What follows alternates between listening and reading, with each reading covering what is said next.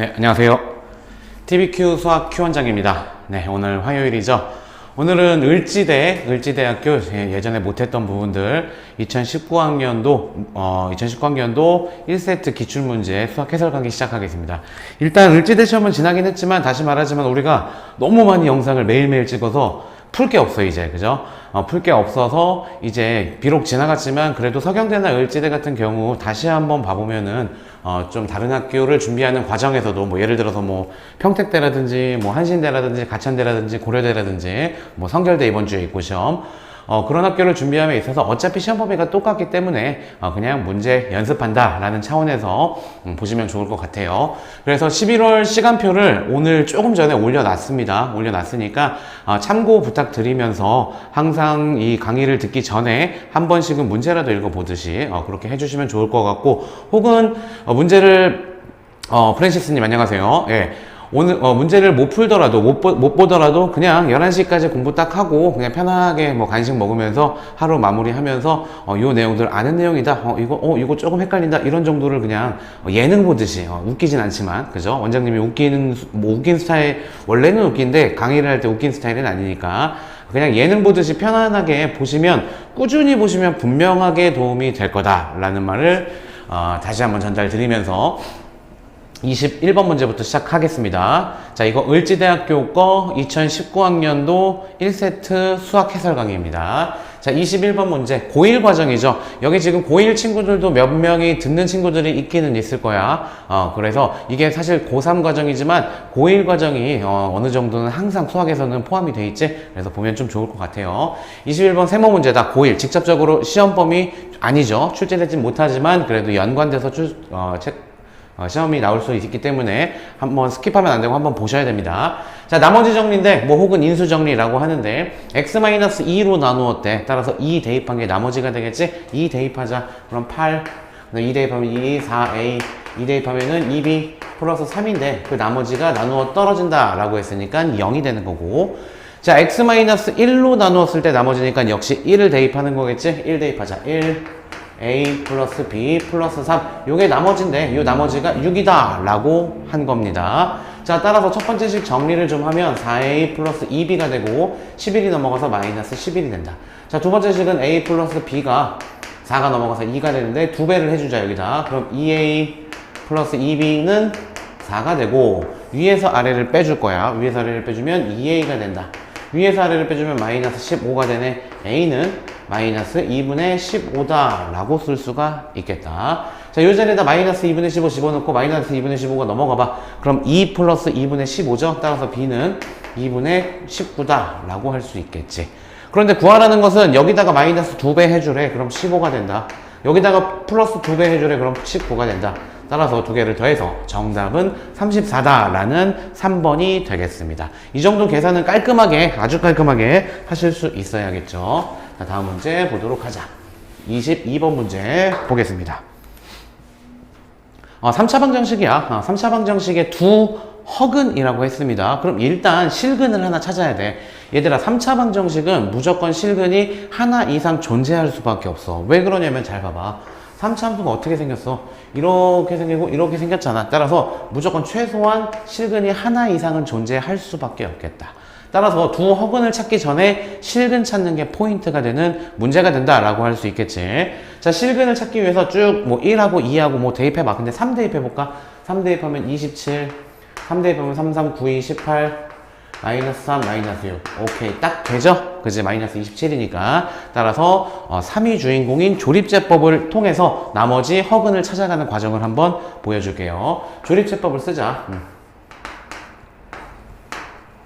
주인공이 3이어서 3. 자, 1은 그대로 떨어지고 2개 곱해서 3, 2개 더해서 1, 2개 곱해서 3, 2개 더해서 2, 2개 곱해서 6. 이렇게 딱 0이 떨어져야지 계산이 잘 된 겁니다. 자, 따라서 x-3 요거를 갖고 그 다음에 상수항 1차항 2차항이지 x제곱 플러스 x 플러스 2다 이렇게 되는 거고, 여기선 실근 나오고 바로 요 부분, 이 2차 방정식의 두 근이 바로 알파 베타다 라고 하는 거겠다. 따라서 알파 플러스 베타는 근과 계절 관계에 의해서 마이너스 1이고, 그리고 알파 베타는 근과 관계에 의해서 2다 이렇게 처리를 할 수 있겠죠. 그랬을 때 알파 4제곱 플러스 베타 4제곱을 구하시오 라는 게 문제가 되는 거겠네. 자, 일단 요식 두 개를 통해서 우리 알파 제곱 플러스 베타 제곱을 쉽게 구할 수 있겠다. 그지? 얘는 알파 플러스 중학교 공식이지. 제곱 마이너스 2알파 베타 해주면 되고, 여기다 마이너스 1 집어넣으면 1, 여기다 2 집어넣으면 마이너스 4, 따라서 마이너스 3이네. 괜찮죠? 자, 그런데 얘는 4제곱이 나오는 거는 제곱의 제곱이잖아. 따라서 이렇게 쓸 수 있겠지. 알파 제곱을 주인공으로 봐. 베타 제곱하고 이거를 제곱해줘봐. 그럼 알파 4제곱 플러스 베타 4제곱은 나오는데 추가적으로 플러스 2 알파 제곱 베타 제곱이 나오잖아. 따라서 그거를 빼주면 되는 거겠지. 2 알파 베타의 전체 제곱 이렇게 써주시면 되겠죠. 이거 뭐 중학교 공식이에요. 중학교 공식을 살짝 변형만 한 거니까 우리 적성고사를 준비하는 고3 학생들은 충분히 해결할 수 있을 거라고 봅니다. 자, 따라서 이제 대입만 하면 돼. 얘가 얼마래? 얘가 마이너스 3이래. 그럼 9 제곱하면 알파 베타가 2니까 2, 4, 2, 8. 따라서 정답은 1이다 라고 할 수가 있겠죠. 괜찮죠? 따라서 기본기 계산 문제를 묻는 그러한 문제 유형이다 라고 보시면 되고요. 어떻게 보면 이거 3차 함수, 3차 방정식이니까. 자, 그 다음 23번 문제 보도록 하자. 자, 이것도 상당히 중요한 포인트야. 고1 과정이기는 한데 이게 그 미분에서 결합돼서 나올 수 있습니다. 충분히. 그죠? 자, 모든 실수 x에 대하여 2차 함수가 아래로 볼록인데 0보다 위에서 놀아야 되는데 그럼 그래프가 이렇게 돼야 되겠지. 이거 가끔가다 착각하는 친구들이 있는데 모든 2차 함수가 모든 실수에서 0보다 크대. 0보다 크면은 이 그림이 나와야 되고 그럼 두 가지 조건을 만족시켜야 돼. 최고차의 계수가 양수여야지. 즉 아래로 볼록이어야지. 에이, 생각해봐. 위로 볼록이면 언젠간 아래로 내려가기 때문에 모든 실수가 0보다 클 수가 없어. 그죠? 모든 실수에서. 그런데 이 그림을 가끔 착각하는 친구들이 판별식이 0보다 크다라고 얘기를 해. 중학교 다시 가셔야 됩니다. 그러면 이 그림이 나오기 위해서는 판별식이 0보다 작아야 되는 거야. 괜찮죠? 따라서 판별식을 쓸 거야. 판별식을 썼을 때 0보다 작아야지 이러한 그림이 나오고 바로 모든 실수에 대해서 0보다 큰 게 되는 거겠지. 물론 등호 있으니까 등호도 붙일 거야. 판별식에. 자, b제곱 마이너스 4ac 하자. b제곱은 9n제곱 마이너스 4ac 4, 2, 8, 4, 32 n 얘가 되는 거고 얘가 0보다 판별식이 0보다 작거나 같아야 된다. 자, n으로 묶어줄게요. 그럼 9n 마이너스 32가 되는 거겠다. 2차 부등식이지. 0과 색칠해주고 3분의 32 얘는 대충 9분의 32네. 9분의 32 얘는 대충 93, 27이니까 3점 얼마야. 따라서 이 사이 값이 돼야 되는 거야. 그랬을 때 만족하는 자연수 중의 최대값은 얘가 3점 얼마기 때문에 자연수의 최대값은 3이다 라고 쉽게 구할 수 있는 아주 중요한 기본 개념을 갖고 있는 문제였습니다. 자, 그래서 정답은 3이 되겠습니다. 자, 24번 문제 철저하게 고1 문제죠. 평행이동에 관련된 문제인데 자, 이거는 뭐 틀리면 안 되는 아주 기초적인 문제다. 세모 문제예요. 자, 일단은 X축의 양의 방향으로 K, Y축의 방향으로 2K만큼 평행이동시켰대. 그러면 Y는 3에다가 X 대신에 뭐 대입해야 돼? X축의 방향으로 K만큼 평행이동시켰으니까 X-K를 대입하셔야 되겠고 원래 있던 게 2가 있는데 또 Y축의 방향으로 2K만큼 평행이동했대. 그럼 플러스 2K 여기다 해주면 되잖아. 그죠? 이렇게. 그런데 얘를 전개하잖아. 그럼 얘랑 똑같다. 이건 정말 철저하게 고1 문제가 되겠습니다. 자, Y는 이거 기출문제예요. 이 정도 수준이다 라는 것도 어느 정도 염두에 두시면 좋을 것 같아요. Y는 3X에다가 마이너스 3K 플러스 2K 마이너스 K 플러스 얘가 됐는데 그러니까 이 부분이 8이다 라는 얘기겠지. 그지? 따라서 마이너스 K 플러스 2가 8이 되는 거고 마이너스 K가 2가 넘어가봐 6이 되는 거고 6이니? 마이너스 10이죠. 다시 마이너스 K 플러스 2가 마이너스 8이죠. 여기가 왜 이래? 마이너스 8이죠. 시력이 안 좋은가 봐. 마이너스 K는 2가 넘어가서 마이너스 10 K는 10 이렇게 쉽게 처리해 줄 수 있는 아마 응시생들 전원이 맞추지 않는 문제가 아닐까라는 생각이 듭니다. 평행이동에 대한 포인트를 정리해 주시면 되겠습니다. 고3 친구들은. 자, 다음 문제 25번 문제. 자, 요것도 마찬가지로 고1 문제야. 고1 문제인데 살짝 좀 까다롭게 나왔습니다. 그래서 고3 학생들은 원해방정식에 대한 내용이랑 그 다음에 이 원해방정식에서 극한이랑도 충분히 결합돼서 나올 수 있습니다. 그런 부분들이 있기 때문에 기본기를 잘 다져야 된다라는 생각을 좀 하셔야 됩니다. 점과 직선상의 거리도 나오고 무게중심도 나오고 중학교 개념도 나오기 때문에 충분히 좀 도움이 될 겁니다. 자, X축이 있다. Y축이 있다. 자, 그런데 원이 있어. 원의 중심이 1,2라고 했네. 원의 중심이 1,2. 자, 원의 중심은 1,2가 되고요. 그 다음 반지름은 2가 되는 거겠지. 반지름이 2니까 x축과 접하겠네. 이러한 식의 원이 될 거다. 이러한 식의 원이 될 거야. 자, 그런데 A라는 점을 잡을 거야. 4,3이래. 4,3이라는 A라는 점. 외부죠. 4,3이다. 그 다음 B라는 점이 1,7이래. B라는 점이 1,7이래. 자, 그랬을 때 이 원 C 위, 이 원 위를 움직이는 점 중에 하나를 P를 잡을 건데 삼각형 A, B, P의 무게중심에 하고 그 다음에 직선 A, B 사이의 거리의 최소값을 구하라라는 문제가 되는 거겠다. 그죠? 자, 이거는 뭐 간단해. 일단 당연히 기하적인 측면에서 좀 받아들이셔야 되는데 요때가 이 원 위에 있는 점 중에서 이 직선까지의 거리의 최소값이라는 게 고1 개념 괜찮죠? 바로 요 점일 때가 최소고 쭉 연결해서 요 점일 때가 최대고 지금은 최소를 물어보니까 바로 점 P가 여기 있을 때가 최소가 될 거야. 그리고 그때의 무게중심을 구해주시면 되겠죠. 그죠? 그러면 우리 1,2부터 이 직선 AB 사이의 거리, 이 점선 친 부분 있죠? 이 총 길이를 한번 구해볼까? 점과 직선의 거리 구하는 공식 쓰셔야겠죠. 자, 1,7과 4,3을 지나는 직선의 방정식부터 구해야 되겠네. x 증가량은 3, y 증가량은 마이너스 4, 기울기는 마이너스 3분의 4고 요 점을 지나는 직선의 방정식 만들어줄게요. y 마이너스 3은 기울기 마이너스 3분의 4 에다가 x 마이너스 4 이렇게 처리해 주시면 되겠죠. 자, 그러면 양변에 3을 곱하자. 그럼 3y 마이너스 3, 3, 9는 마이너스 전개하자. 마이너스 4x 플러스 16이다. 왼쪽으로 넘어가서 4x 일반형으로 정리할 거야. 3y 마이너스 25는 0. 이렇게 직선의 일반형으로 만든 다음에 점 1,2죠. 원의 중심 1,2하고의 거리를 구할 거야. 점과 직선의 거리 구하는 공식은 고1 과정에서 가장 중요한 공식 중에 하나입니다. 그렇다는 얘기는 고3에서도 툭 튀어나올 수가 있어. 수능도 마찬가지고 적성고사도 마찬가지로 그 개념이 툭 튀어나올 수 있기 때문에 반드시 정리하셔야 되는 내용입니다. 자, 뭐 다들 알고 있겠지? 루트 a제곱 플러스 b제곱 4, 4, 16 플러스 9니까 25가 되겠죠. 절대값 그 다음에 4 곱하기 1 ax1 플러스 b 곱하기 yx2 y1 그러면은 6이겠죠. 그 다음 마이너스 25 고1 공식입니다. 점과 직선의 거리 구하는 공식. 자, 그래서 5분의 10에다가 마이너스 15네 따라서 3이 되는 거겠지. 즉 무슨 말이냐면 요만큼의 길이가 3이라는 얘기야. 그런데 얘들아 반지름 요건 얼마니? 반지름은 2잖아. 따라서 우리가 구하는 요 길이는 1이 되는 거야. 괜찮겠지? 그런데 여기 어딘가에 무게중심이 있거든? 그 무게중심을 잡을 거야. 무게중심은 바로 여기서 요거 수선이죠. 여기서 무게중심 잠시만 요게 그림이 좀 이상하게 됐네. 그림이 좀 이상하게 됐는데 자, 무게중심은 어쨌든 여기가 2대1이 되는 점을 만족해서 요 점하고 여기까지 거리를 구했거든, 원장님은. 그냥 이랬는데 그림이 조금 좌표를 간격을 좀 잘못 설정해가지고 무게중심이 딱 되는데, 그죠?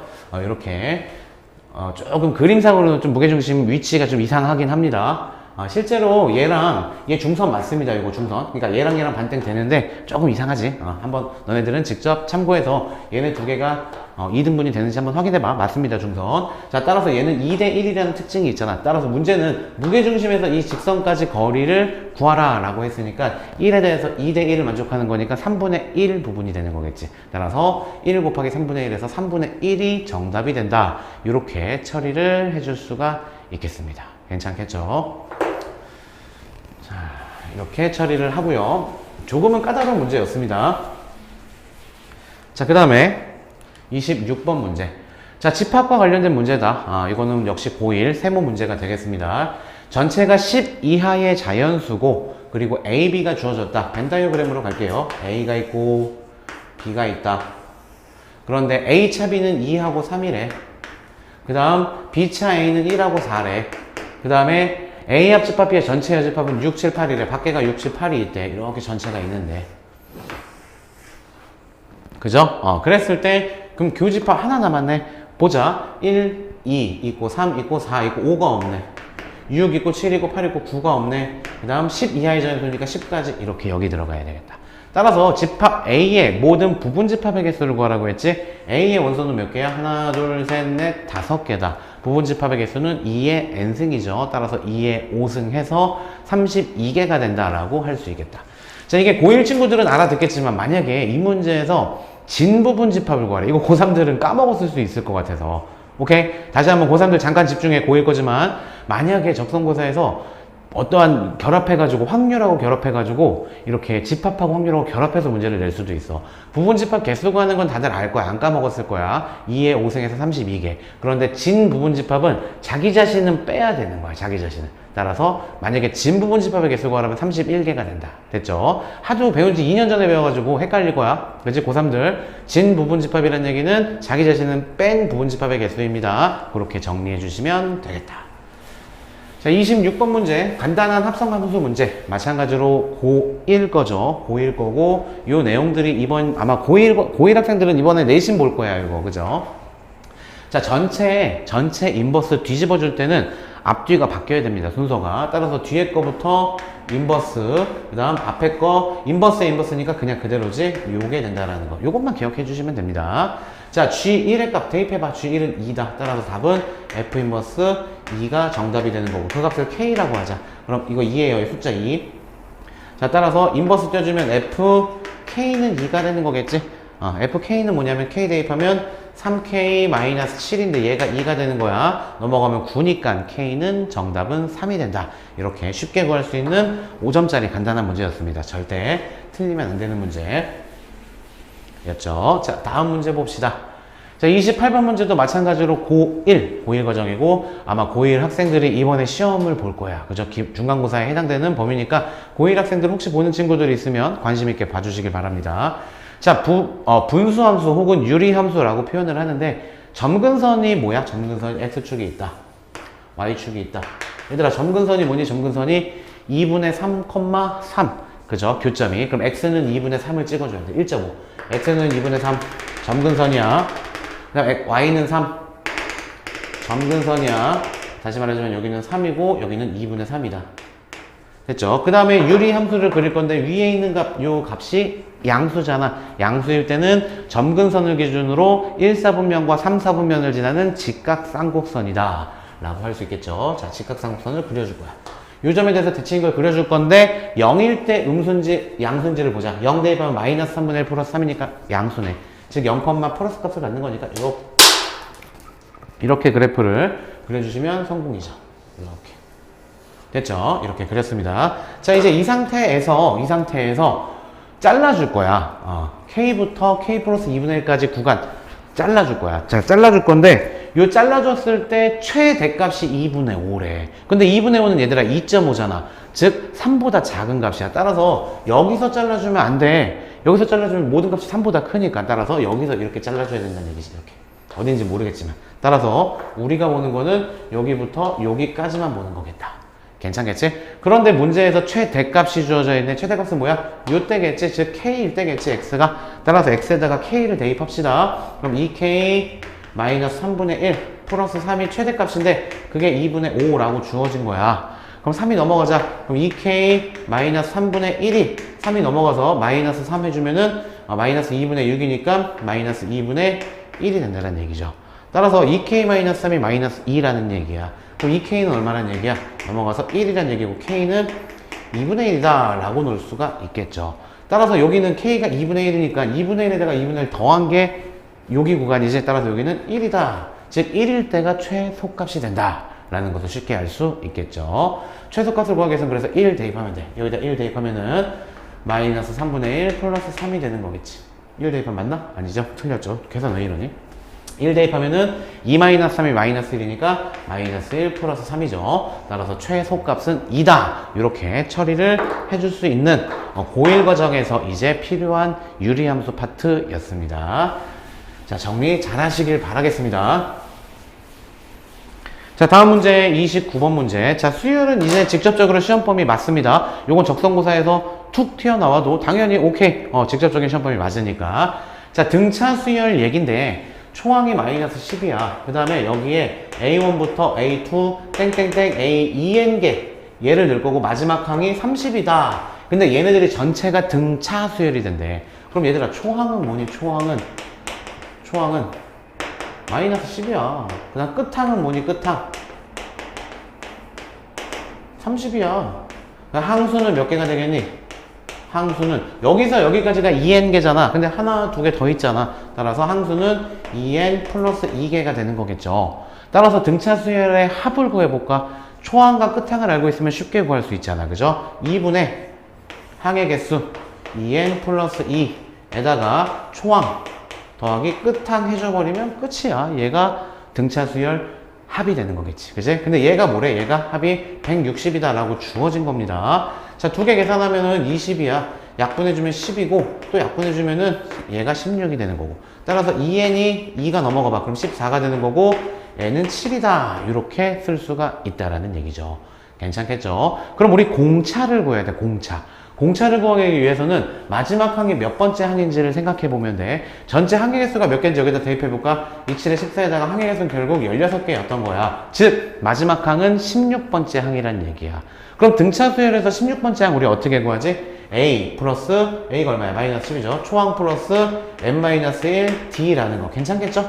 초항 플러스 n-1 d. 자, 그런데 얘가 지금 30, 끝항은 30이니까 이렇게 되는 겁니다. 따라서 15d가 40이 되고 D는 15분의 40이 되는 거야. 3은 5로 나눠주자. 5, 35, 5, 8에 40. 3분의 8이 바로 공차가 된다. 그런데 구하라는 거 조심해야 돼. A3라고 해서 세 번째 항이 아니야, 얘들아. 그지? 첫 번째 항, 두 번째 항, 세 번째 항, 네 번째 항이 A3가 되는 거야. 얘가 초항이기 때문에. 맞죠? 따라서 네 번째 항을 구해봐라 라는 거니까 A 플러스 3D를 계산해주면 정답이 되는 거겠다. 근데 초항 A는 얼마야? 마이너스 10이야. 그리고 D가 3분의 8이니까 3 곱해주면 8이야.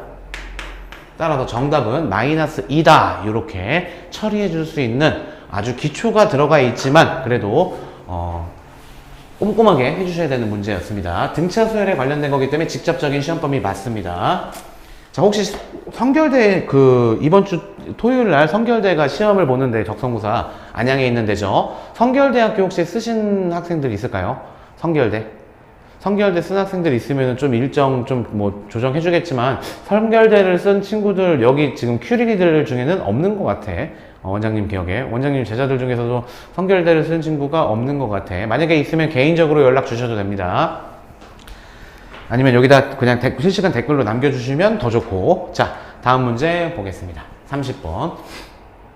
자, 2차 방정식인데 두 실근이 나왔어. 이거 고일 거 같지? 근과계수의 관계니까. 그런데 아니잖아. 왜? 로그가 묻어 있잖아. 따라서 로그 파트하고 고일 과정에 있는 2차 방정식의 근과계수하고 단원 통합이 된 그러한 문제이기 때문에 직접적인 시험범위 맞고 수능에서 나와도 뭐라고 못하는 문제야. 괜찮겠죠? 이런 식으로 고일 과정이 수능의 시험범위가 맞습니다. 다만 직접적으로 단독 문제로는 출제가 되기 힘들다라는 얘기죠. 그죠? 자, 그러면 2차 방정식 서로 다른 두 실근이라고 했으니까 두 개를 더해. 두 근의 합. 로그 알파 플러스 로그 베타. 자, 얘는 근과 계수의 관계에 의해서 마이너스 a분의 b 해줘서 2가 되겠죠. 그 다음 두 근의 곱. 로그 알파 곱하기 로그 베타. 얘는 근과 계수의 관계에 의해서 a분의 c니까 k다 라고 할 수가 있겠다. 자, 그러면 우리 요 식에서 로그 알파 베타가 2라는 것을 알 수가 있고 결국 알파 베타는 뭐라는 얘기야 얘들아? 10의 제곱이다 라고 할 수 있겠네. 그죠? 그런데 한편 알파 세제곱이 베타의 5승이래. 그죠? 그러면 우리 베타에 대해서 좀 정리를 해볼까? 그럼 베타는 뭐니 얘들아? 베타는 양변에 5분의 1승 해주면 되잖아. 간단하게. 이건 또 지수네. 그죠? 지수까지 나왔으니까 누가 뭐래도 시험범위 맞습니다. 수능 시험범위에 해당돼요. 그러면 얘는 알파의 5분의 3승입니다 라고 할 수 있겠다. 여기까지 괜찮겠죠? 자, 그랬을 때 이 상태에서 이제 여기에 있는 알파는 그대로 두고 여기에 있는 베타 있죠? 이 베타 자리에 이제 알파의 5분의 3승을 쓰자고. 지수를 알고 있으니까 수월하게 갈 수 있어. 이렇게. 그럼 얘는 알파의 1승이니까 좌변을 계산하면 알파의 5분의 8승이다. 얘가 10의 제곱이다 라고 놓을 수가 있어. 그럼 양변에 8분의 5승을 해서 알파를 구할 수 있겠네. 양변에 8분의 5승을 하자. 8분의 5승. 8분의 5승 하면 얘는 지워져서 알파만 남고. 괜찮지? 8분의 5승 해주면은 10에 얼마냐면 약분돼서 4분의 5승이다 라고 놓을 수 있고. 그럼 베타는 알파가 10에 4분의 5승이니까 10에 4분의 5승에 5분의 3승 해주면 되잖아. 약분되면서 4분의 3승. 10에 4분의 3승이다 라고 놓을 수가 있겠죠. 자, 그럼 로그 알파, 여기에는 알파 자리에다 10의 4분의 5 대입할 거야. 그럼 4분의 5가 뚝 떨어져서 얘는 4분의 5만 남겠고, 로그 베타 자리에도 마찬가지로 10의 4분의 3승을 집어넣을 거야. 그럼 4분의 3승 뚝 떨어져서 4분의 3. 그게 바로 K다 라고 놓을 수 있겠죠. 따라서 정답 K는 16분의 15다 라는 2번이 정답이 되겠습니다. 괜찮겠죠? 자, 이거 부분들 고민하지 말고 너무 복잡하게 생각하지 말고 그냥 방정식이야. 그죠? 방정식이고 우리는 지수를 갖고 놀 수 있잖아. 그죠? 지수 배웠잖아. 그러니까 지수를 이용해서 간단하게 이렇게 정리할 수 있다는 거. 그 포인트만 잡으시면 충분히 풀 수 있는 문제였습니다. 자, 다음 문제 보도록 하자. 31번 문제. 보려고 했더니 급수네요. 급수는 이과 과정으로 2015 개정교육과정부터 넘어갔기 때문에 계속 반복하지만 요거는 우리 적성고사 시험 범위가 아닙니다. 작년까진 맞았지만 따라서 스킵하도록 하겠습니다. 자, 32번 문제. 두 함수 fx, gx가 있는데 자, 요거 착각하면 안 돼. 요거 얘들아 0분의 0꼴 대입해서 1 대입하면 0이다 이렇게 생각하는 친구들이 있어. 이거 0분의 0꼴 이거 항상 0분의 0꼴이야 그럼 여기다 1 대입하면 0이야 아니야. 그리고 또 원장님이 얘기했지 우리 큐린이들은 미친풀이 방법 분모 미분 분자 미분 대입 1 아니야. 그 문제가 아니야 얘들아. 일단 기본적으로 0분의 0꼴이잖아. 그래야 되잖아. 그런데 분모가 0이 안 돼. 끝났어. 분모가 0이 안 된다고. 그러면 이건 쉬운 문제야. 그냥 1 대입하면 되는 문제라고. 그럼 첫 번째 식에서 1 대입하면 뭐냐면 3분의 F1이야. 그 값이 4라고 주어진 거고 끝이야. 더 이상 조건 필요도 없어.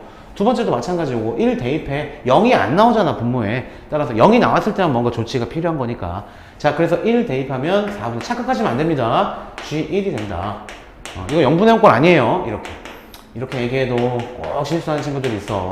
그 다음 G1은 얼마다? G1은 4다. 이렇게 기억을 해주시면 되겠죠. 마찬가지야. 여기도 1 대입하면 0 나오지는 않잖아 분모가. 그냥 대입하는 문제야. 엄청 더 쉬운 문제지. 따라서 1 대입하면은 2 곱하기 G1분의 정답은 분자에다 1 대입하면 2 곱하기 F1이 정답이 되는 거다. 그죠? 따라서 G1분의 F1이 정답이 되겠죠. 여기 나와 있네. 정답은 3이다. 이렇게 바로바로 풀어주고 넘어가셔야 되는 문제지. 이걸 가지고 오히려 미친풀이 방법 그런 거 생각하시면 안 돼요. 0분의 0걸 생각하시면 안 돼요. 이 문제는 그 전 단계야. 더 쉬운 문제. 허를 찌르는 문제지. 그지? 단순하게 1 대입하면 답이야. 극한값은. 극한의 기본은 대입이야. 맞죠? 그런데 분모가 0인 경우에만 뭔가 조치가 필요한 거야. 괜찮겠죠? 자, 다음 문제 또 보도록 합시다.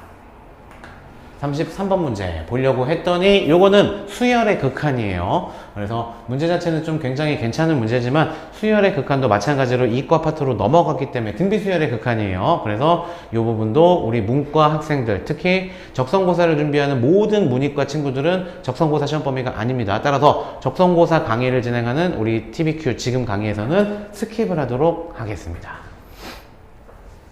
자, 34번 문제.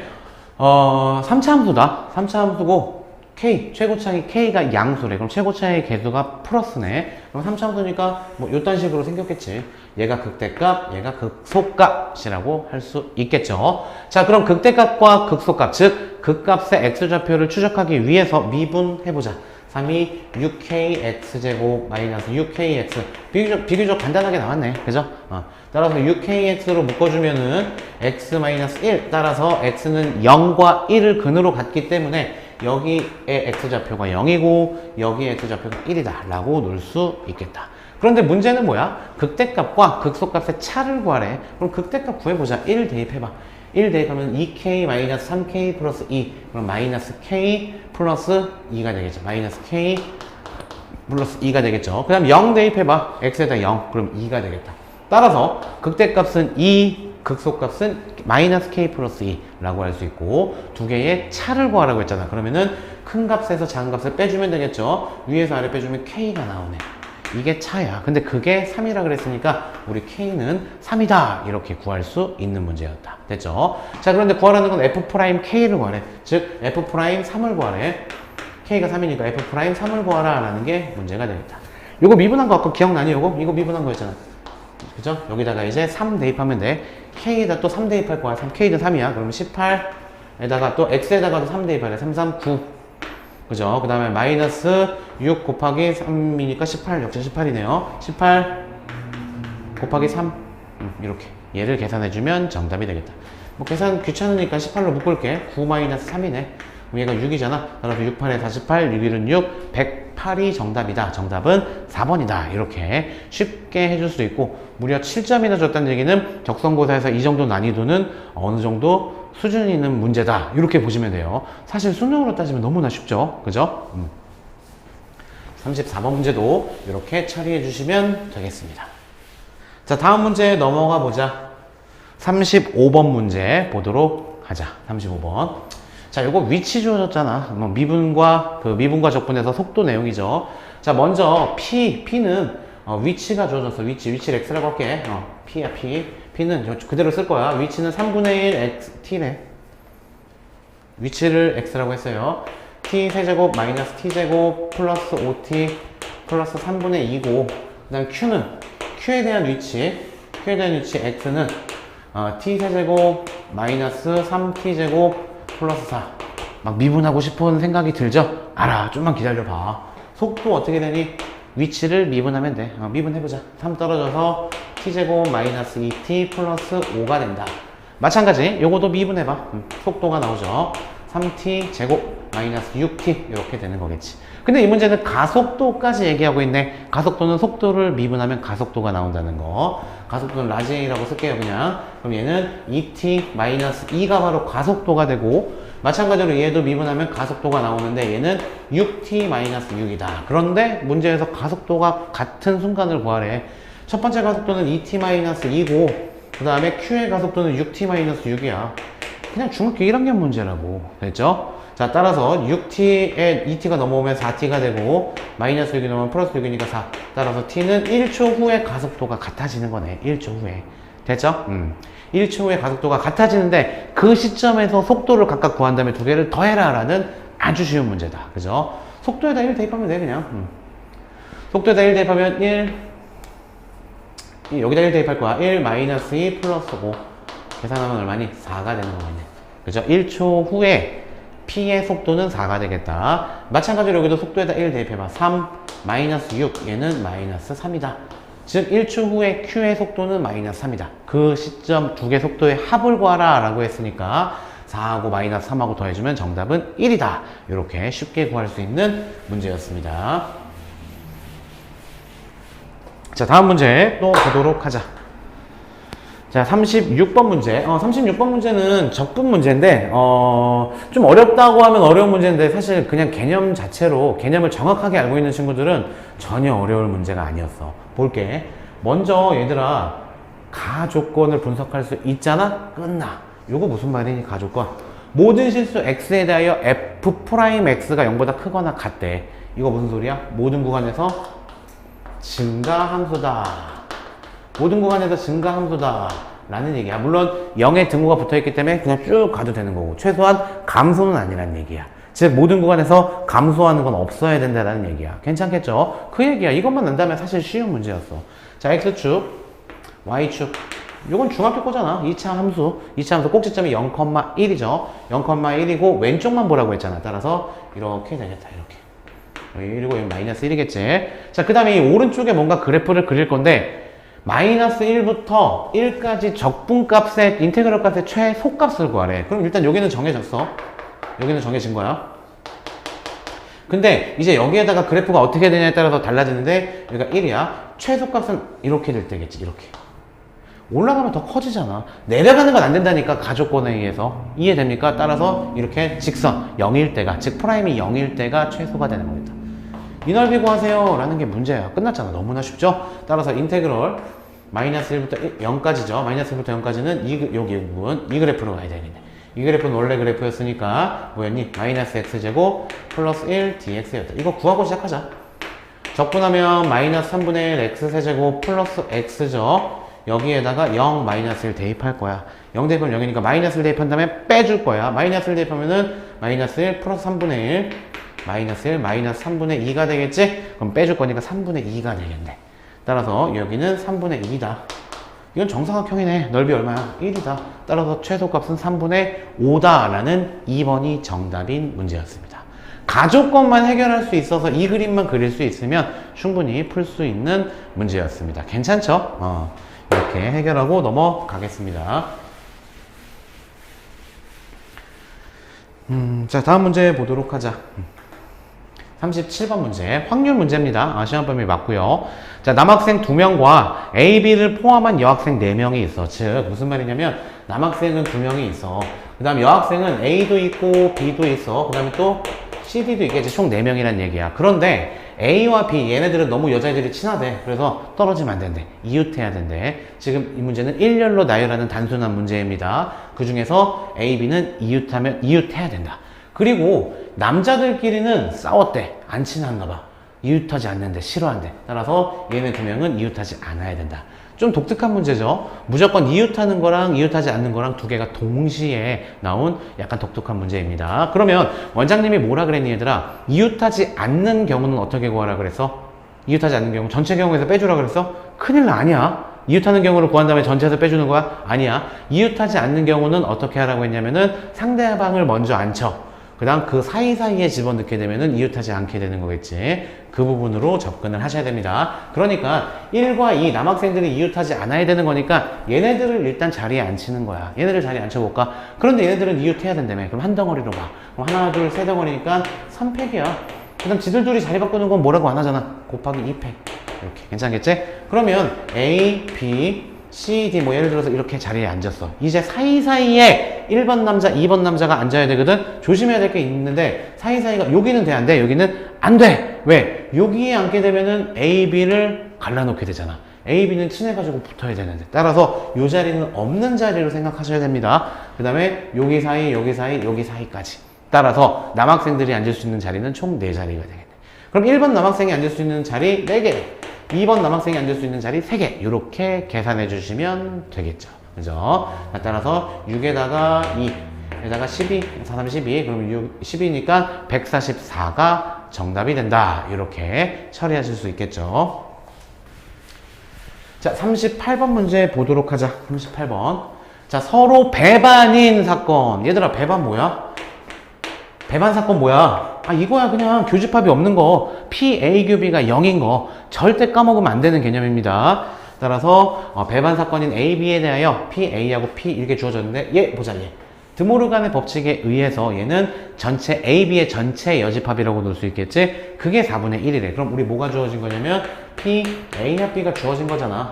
이거의 전체 여집합이 4분의 1이다 라고 주어졌으니까 얘는 4분의 3이란 얘기인데 A, B는 배반 사건이니까 이딴 식으로 두 개 떨어져 있다고. 안 친하대 얘네. 배반 사건이래. 그죠? 그런데 P, A가 5분의 1이래. 근데 두 개 더한 게 합집합이잖아. 단순하게. 그게 4분의 3이래. 그럼 B를 구하기 위해서 어떻게 주면 돼? 4분의 3에서 5분의 1을 빼주면 끝나죠.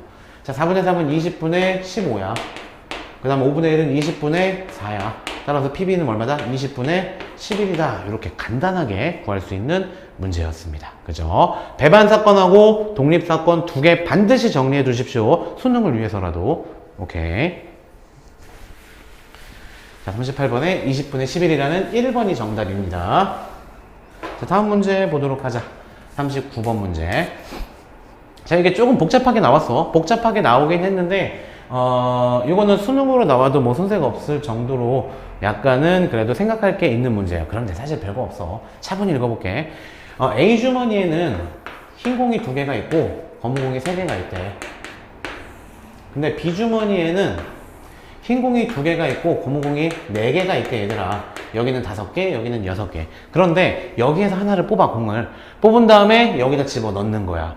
여기다 집어넣는 거야. 그럼 공이 7개가 되겠지. 그 7개 중에서 공을 한 개 딱 선택했더니 만약에 흰색 공이잖아. 그러면 주사위를 던질 수 있는 기회가 2번. 그 다음에 만약에 검은 공이잖아. B에서 꺼낸 공이. 그러면 주사위를 던질 수 있는 기회가 3번이다 라는 얘기야.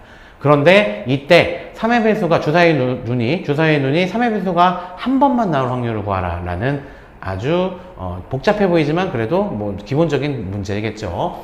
자, 일단 모든 경우를 한번 생각해 볼게. 어떤 경우가 있냐면 A에서 흰 공을 뽑고 그 다음 B에서도 흰 공을 뽑을 수도 있겠죠. 그 다음에 A에서 흰 공을 뽑고 B에서 검은 공을 뽑을 수도 있어. 그 다음에 A에서 흰 공을 뽑고 끝났죠. 이거는 A에서 검은 공을 뽑은 다음에 B에서 흰 공을 뽑을 수도 있고, 이렇게 가면 헷갈리겠다. 이렇게 가지 말고 이렇게 가자. A에서 검은 공을 뽑고 B에서 흰 공을 뽑는 경우도 있겠지. 그 다음에 A에서 흰 공을 뽑고 B에서 검은 공을 뽑았을 수도 있고, A에서 검은 공을 뽑고 B에서 검은 공을 뽑았을 수도 있다. 이거 말고는 경우에서 없어. 괜찮겠지? 여기가 A, 여기가 B다. 되죠? 넘버링 할까? 첫 번째, 두 번째, 세 번째, 네 번째. 그럼 첫 번째 경우는 얘들아, 둘 다 흰색 공이 나와야 돼. 확률 한번 해볼게. 조합 쓸 필요도 없잖아. 어차피 하나씩 고르는 거니까. 흰색 공 나올 확률 얼마야? 5분의 2지 뭐. 5분의 2. 됐죠? 그럼 흰색 공을 하나를 집어넣을 거야. 동그라미 하나를 집어넣을 거야. 그러면은 B에서 동그라미 나올 확률 얼마야? 7분의 3이 되겠지. 7분의 3. 괜찮죠? 이렇게. 얘네들부터 하자, 일단. 얘는 검은색 공이 나올 확률 얼마? 5분의 3이 되겠죠? 그럼 검은색 공을 집어넣을 거야. 그런데 흰색 공이 나올 확률은 그럼 얼마야? 7분의 2개밖에 없잖아. 이렇게. 일단 이렇게. 괜찮겠죠? 자, 그 다음에 또 흰색 공이 나올 확률은 5분의 2가 되겠다. 그 다음에 흰색 공을 집어넣었어. 그 다음에 또 검은색 공이 나와야 되네. 그럼 7분의 4겠지. 됐죠? 마지막 곱하기 처리해뒀어, 일단. 그 다음에 검은색 공 나와야 된대. 그럼 A에서 검은색 공 뽑을 확률은 5분의 3이다. 그 다음 검은색 공을 여기다 넣을 거잖아. 그러면은 5개가 생겼지, 검은색 공이. 또 검은색 뽑을 확률은 7분의 5가 되는 거겠죠. 그죠? 자, 이렇게 계산을 하겠다. 그런데 여기에서 이 1번과 2번 케이스는 주사위를 던질 기회가 몇 번 있는 거야? 2번 있는 거야, 2번. 그러면 2번 던질 거야, 주사위를. 그럼 2번 중에 몇 번 성공해야 되는데 3의 배수가 나오는 게 성공이라고 표현을 할게. 주사위 한 번 던졌을 때 3의 배수는 3하고 6이잖아. 그럼 그 한 번 던졌을 때 3의 배수, 즉 성공할 확률 얼마야? 6분의 2, 즉 3분의 1이 성공입니다. 그런데 한 번만 나올 확률 구라고 했으니까 2번 던졌을 때 한 번만 나와야 된대. 성공 확률은 3분의 1이겠지. 실패할 확률은 당연히 3분의 2겠지. 이렇게. 괜찮겠죠? 그 다음에 마찬가지죠. 여기도 2번 기회가 있는데 한 번 성공하는 거야. 그런데 성공할 확률, 그 다음 실패할 확률, 독립 시행으로 이렇게 가주시는 문제였습니다. 그 다음에 이 세 번째와 네 번째 경우는 B에서 검은색 공을 뽑았기 때문에 주사위를 던질 수 있는 기회가 3번 있는 거야. 그런데 그 3번 중에 한 번만 성공해야 된대. 따라서 3C 1 곱하기 3분의 1의 1승, 3분의 2의 2승 이렇게 되는 거겠다. 괜찮겠지? 여기도 마찬가지로 3C 1 곱하기 3분의 1의 1승, 그 다음 3분의 2의 2승 뭐 이렇게 처리해 주시면 되겠죠. 따라서 1, 2, 3, 4를 다 구한 다음에 더해 주시면 정답이 되는 거겠죠. 자, 근데 계산 구조를 보면은 얘네들 똑같은 거니까 묶어주고 먼저 얘 구하고 얘 구한 다음에 두 개를 먼저 더한 다음에 그냥 한 번 곱해주면 되겠네. 얘는 35분의 6이고 35분의 6이니까 35분의 12네. 괜찮죠? 괜찮죠? 그 다음에 얘는 2, 얘는 3, 3, 9. 9분의 4가 되겠네. 9분의 4. 이렇게 되겠다. 됐습니까? 자, 그 다음에 아래 거는 35분의 8, 35분의 15. 그럼 35분의 23이겠네. 중간중간에 이거 두 개, 실제로 두 개 더해줘봐. 35분의 35, 1 나오잖아. 그러니까 모든 경우에서 다 골고루 찾아준 거 맞겠지. 됐죠? 자, 거기에다가 곱하기. 그 다음에 또 요거 계산하면은 3. 그 다음에 분모는 27이네. 그럼 약분할까? 그럼 9분의 4가 되겠네. 얘도 마찬가지로. 그죠? 맞나? 3에다가 27분의 4니까 역시 얘도 9분의 4가 되겠네. 따라서 9분의 4.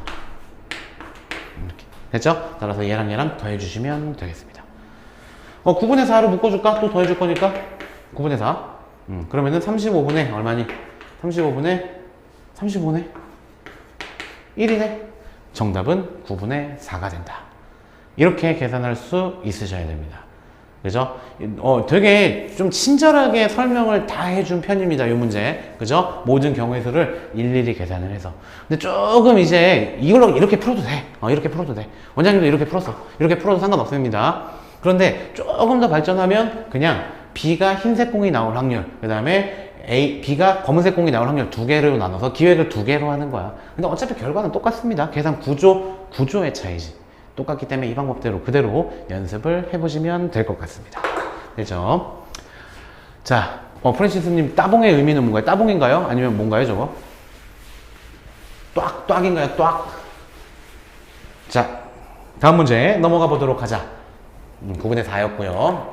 40번 문제. 한 개의 주사위를 한 번 던지는 시행을 720번. 자, 이 n이 나왔잖아. 딱 뭐가 떠올라야 돼? 2항 분포가 떠올라야 돼. 그럼 다시 한번 정리하자. 이건 수능도 나올 거고 적성고사 모든 대학교에서 100% 나올 거잖아. 자, 이항분포에서 통계 전체적인 개념이 이항분포를 통해서 정규분포를 알아야 되고 정규분포에서 표준화시켜서 표준 정규분포를 구한 다음에 어떠한 확률을 구하는 게 기본적인 포맷이고, 그런데 조심해야 되는 게 이 이항분포에서 항상 독립시행을 염두에 두라고 했죠. 이항분포하고 독립시행은 떨어뜨릴 수가 없는 관계다라고 했습니다. 물론 이항분포를 통해서 정규분포 당연히 떨어뜨릴 수 없는 거고, 그죠? 요 개념 플로우를 잘 이해하셔야 돼요. 자, 이항분포 그냥 바로 갈게. 이항분포 B고 720번 기회를 준대. 그런데 유괴눈이 나오는 횟수, 유괴눈이 나오면 성공이래. 성공 확률 6분의 1이잖아. 주사위에 유괴눈 하는 개밖에 없으니까. 됐죠? 그럼 우리 N을 구할 수 있어야 돼.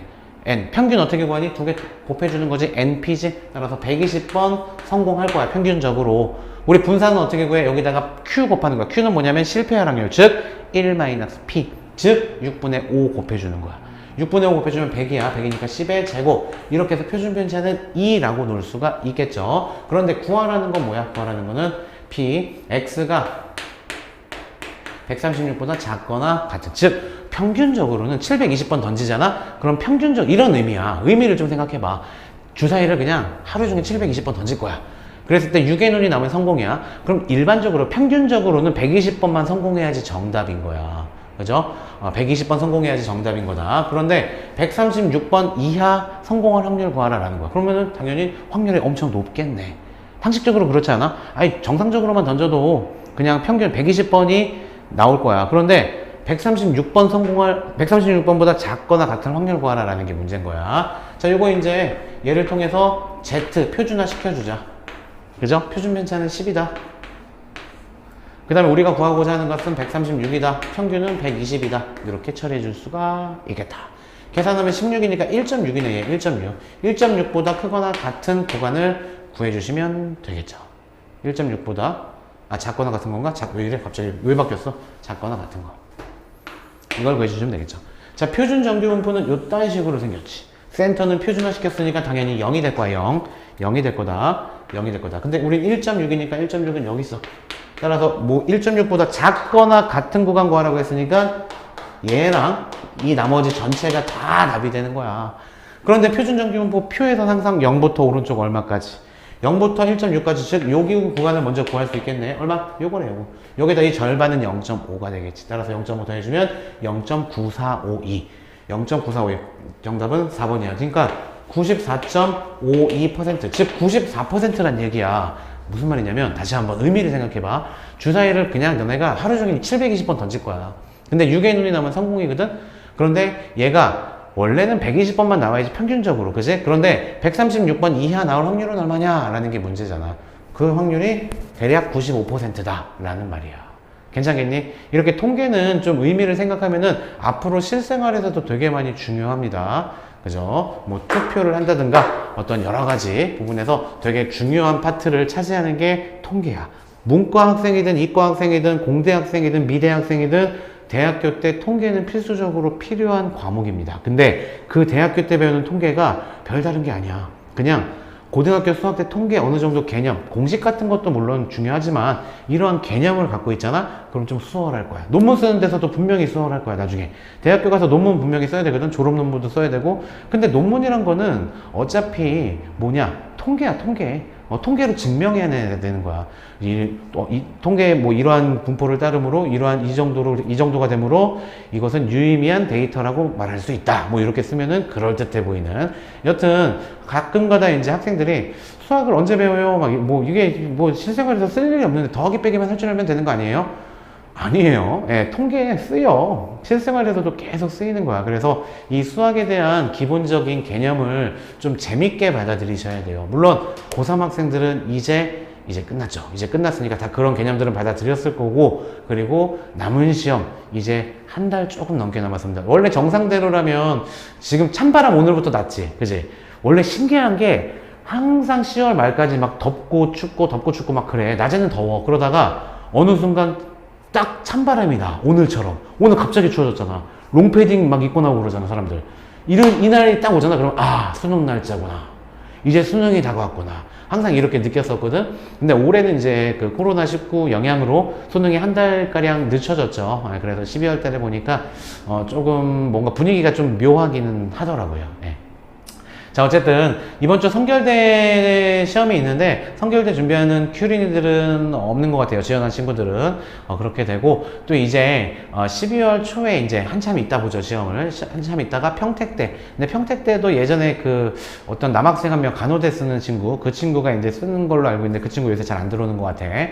그렇게 하고 그 다음에 한국산업기술대 있고, 그 다음에 수능을 보죠.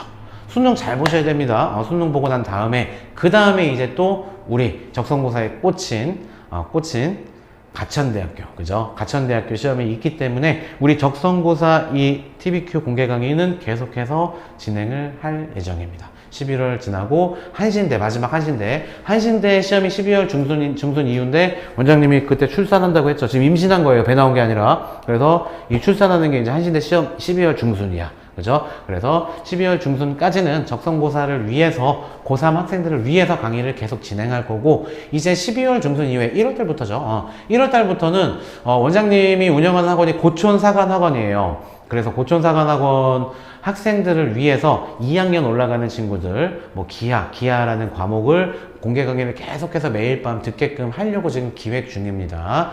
기하라는 과목도 하고, 또 예비고1 친구들을 위해서도 기본적인 고등학교 수학이죠. 수학 강의도 진행을 할 거고요.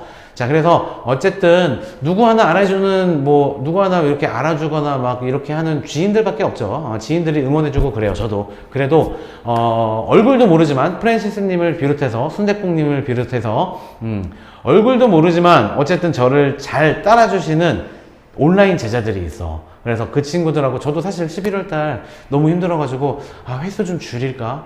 조금 그냥 월수금만 할까? 혹은 화목만 할까? 그런 생각했는데 아닙니다.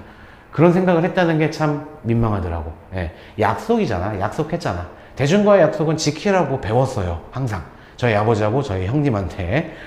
어쨌든 많은 노력을 해서 여러분한테 조금이라도 도움이 되게끔 그런 TBQ 채널이 되도록 하겠습니다. 그리고 고촌사관학원도 계속해서 발전할 수 있도록 11월 15일 날은 또 온라인 생방송 입시 설명회가 진행이 돼 있어요. 예정이 돼 있어요. 그 입시 설명회 주말에 이제 일요일 2시 정도에 할 건데, 그때는 이제 부모님들도 많이 들어오실 거고 선생님들도 인사도 할 거고 그럴 거라서 입시 설명에 관심 있는 주변 분들이 있으면은 11월 15일 날 그때 생방송 2시에 일요일 2시에 진행할 거니까 좀 이렇게 주변 분들한테 얘기해 주세요. 고등학교 1학년, 2학년 친구들이 있다면, 중학생도 들어도 괜찮습니다. 부모님들이 들으셔야 돼요. 아버님들 또 어머님들. 그래서 입시 설명회가 우리 원래는 좀 크게 했었어요. 그 부평구 청소년 소련관 빌려가지고 진짜 300명 오고, 그래서 300명이 꽉 차고 그랬었는데 코로나 때문에 그렇게 이제는 못하고 이제 온라인으로 진행을 할 예정입니다.